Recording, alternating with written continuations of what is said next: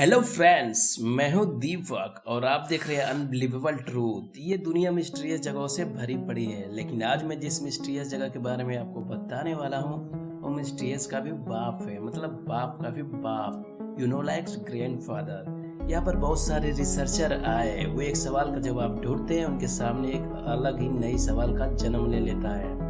आप इसके बारे में सुनोगे तो आपकी फट जाएगी। अरे वो नहीं, दिमाग की नस है। और आपको गारंटी के साथ बोल सकता हूँ, आप पूरी वीडियो देखने के बाद आप भी सोचने पर मजबूर तो हो ही जाएंगे। तो फिर देर किस बात की, चलिए शुरू करते हैं। इस जगह की खोज 5 अप्रैल 1722 ईस्टर संडे के दिन हुआ, जब जेकोब रोगवेन ने चिली के किनारे से करीब 3700 किलोमीटर दूर थे।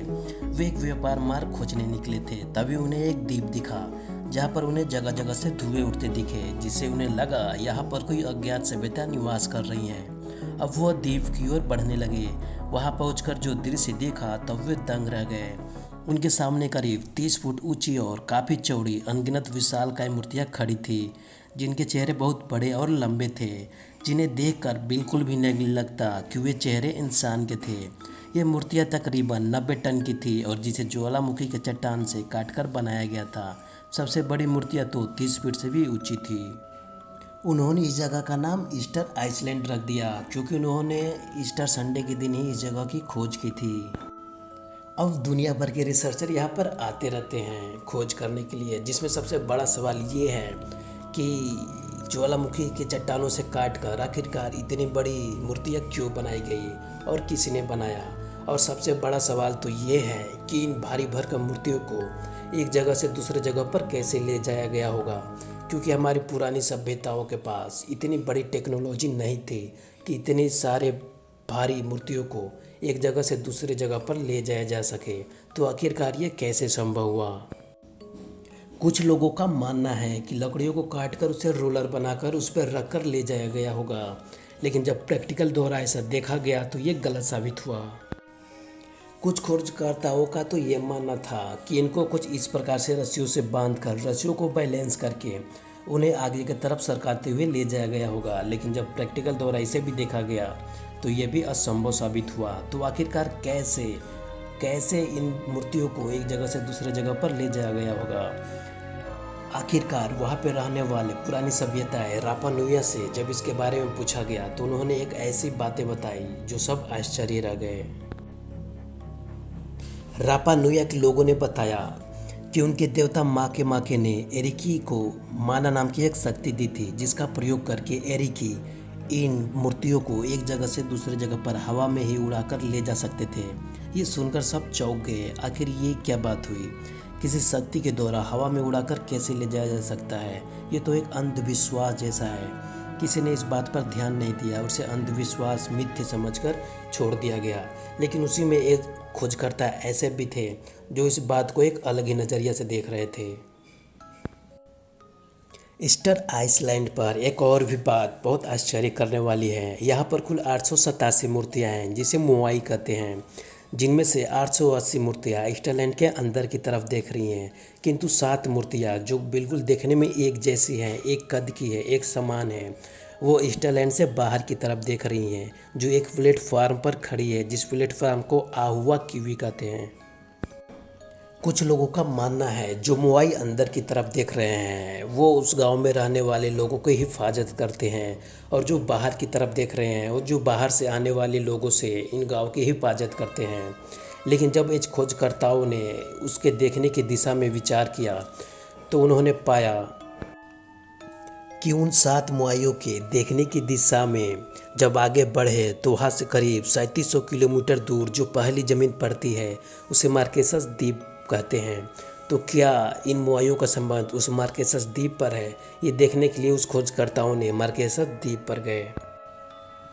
जब वे लोग मार्केसस द्वीप पर गए तो उनका शक सही निकला, क्योंकि वहाँ पर एक कहानी थी। वो ये कि वहाँ के राजा ने एक 7 भाइयों को देश निकाला दे दिया गया था, क्योंकि वे 7 भाई आपस में लड़ते थे और उनसे कहा गया था कि जब तक वो आपस में रहना नहीं सीख लेते वो इस देश में वापस नहीं आ सकते।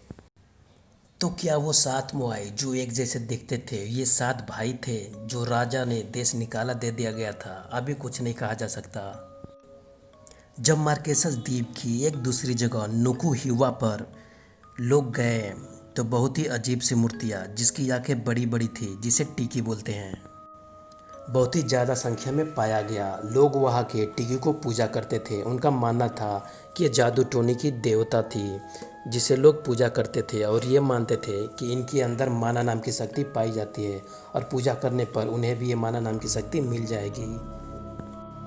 और वहाँ पर एक बहुत ही विचित्र परंपरा सामने आई। वहाँ पर बताया जाता है कि पुराने ज़माने में जब लड़ाई होती थी तो दुश्मनों के शरीर के अंगों को काटकर खा लिया जाता था। उनका मानना था कि माना नाम की शक्ति शरीर के अंदर होती है और उसे खाने के बाद जो व्यक्ति उसे खाता है उसके शरीर में भी माना नाम की शक्ति आ जाती है। वहाँ पर एक फीमेल टिकी भी देखने को मिला जो पेट के बल लेट के बच्चों को जन्म देती थी। लोगों का मानना है कि ये देवी हैं जो बच्चों को जन्म दे रही है और लोग उसे वहाँ पर पूजा कर रहे थे। और वहाँ पर एक और भी विचित्र चीज़ें मिली, बहुत बड़ी बढ़िया मानव हड्डी, बहुत बड़ी मानव हड्डी। आखिर कैसे?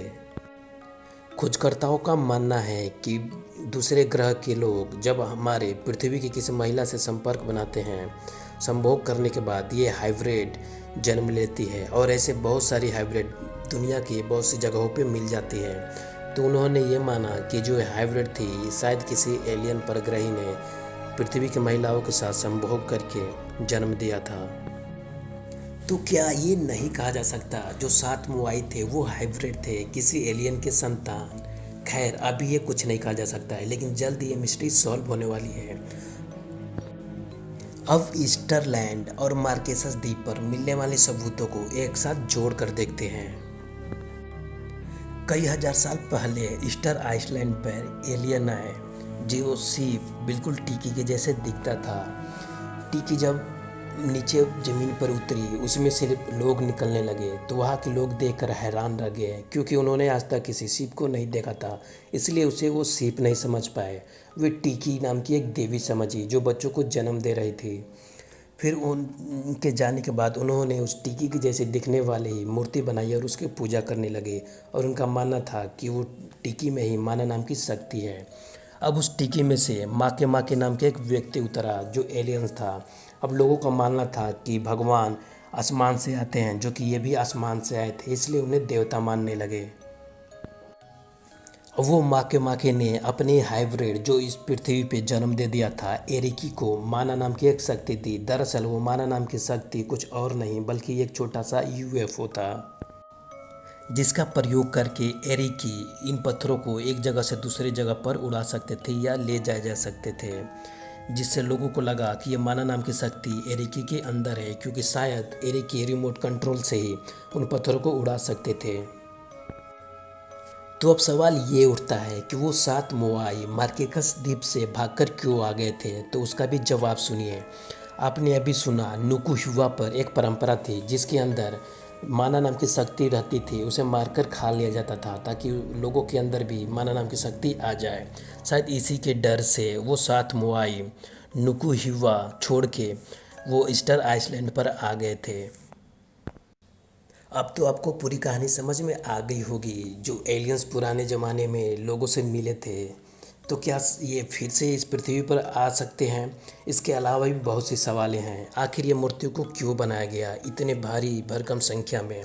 तो कुछ लोगों का मानना है कि जिन एलियंस ने यहाँ पर अपनी सभ्यता बसाई थी उसके याद के लिए इन मूर्तियों को बनाकर चले गए ताकि जब दोबारा वहाँ पर आएँ तो इन चीज़ों को देख सके।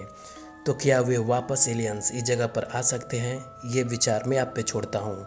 अगर आपको ये वीडियो अच्छा लगा तो प्लीज़ लाइक, कमेंट और सब्सक्राइब कर ले और ढेर सारी ऐसे वीडियो मैं आपके सामने लेकर आता रहूँगा, तो प्लीज़ सब्सक्राइब करना ना भूलिएगा। So thank you watching for video.